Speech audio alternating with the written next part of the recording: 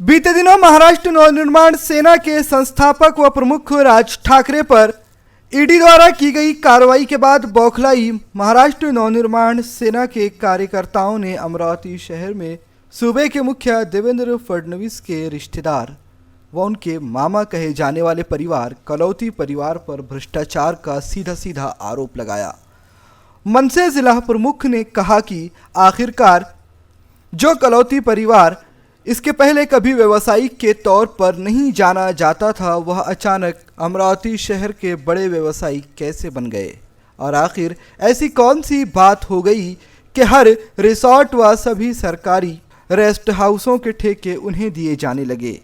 उन्होंने हवाला देते हुए कहा कि चाहे चिखलदरा का रेस्ट हाउस हो या फिर औरंगाबाद, जालना, गोवा व ताड़ोबा पेंच के रेस्ट हाउस हो, यह सब कुछ कलौती परिवार को दिए जा रहे हैं।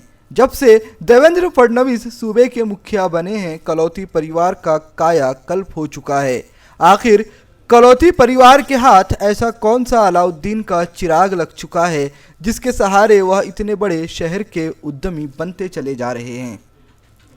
इसके साथ ही उन्होंने कहा कि मुख्यमंत्री ईमानदार अगर हैं भी, ऐसा मान भी लिया जाए तो ऐसा नहीं लगता कि बिना भ्रष्टाचार किए हुए उनके रिश्तेदार इतने आगे बढ़ रहे हैं। इसीलिए मुख्यमंत्री व इस वक्त दिल्ली की सरकार के पास ईडी, सीबीआई व सभी तरह की जांच एजेंसियां हैं, उन्हें जांच करानी चाहिए। इसके साथ ही मनसे जिला अध्यक्ष पप्पू पाटिल ने कहा कि वह आगे इस मामले में कई तरह के सबूत भी सार्वजनिक करेंगे। कई तरह की चिट्ठियां हैं जो कि उनके द्वारा पब्लिक डोमेन में लाई जाएंगी, जिससे सीधे सीधे मुख्यमंत्री और कलौती परिवार कटघरे में खड़ा होगा।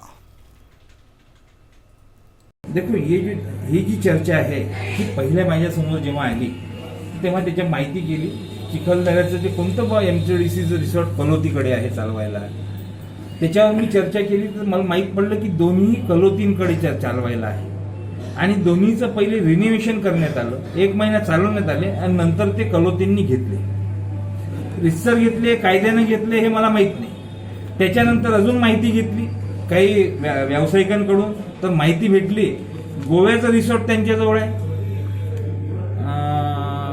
महाबळेश्वरचं त्यांच्याजवळ आहे, औरंगाबादचं त्यांच्याजवळ आहे आणि असं आहे की कलौती पहिले या म्हणजे मोठे बिझनेसवाले आहे। मिश्किलपणे काही व्यापाऱ्यांनी मला सांगितलं की कलौती देवेंद्र फडणवीस मुख्यमंत्री बन गए, कलौती बहुत बड़े बिझनेसमॅन बन गए। हे मला जेव्हा कळलं, याच्यातलं प्रत्येक जागी पहिले हे याच्यावर दुरुस्तीवर करोडो रुपये खर्च करण्यात आले आणि नंतर हे रिसॉर्ट कोणत्या तरी प्रायव्हेट माणसाला चालवायला देण्यात आले।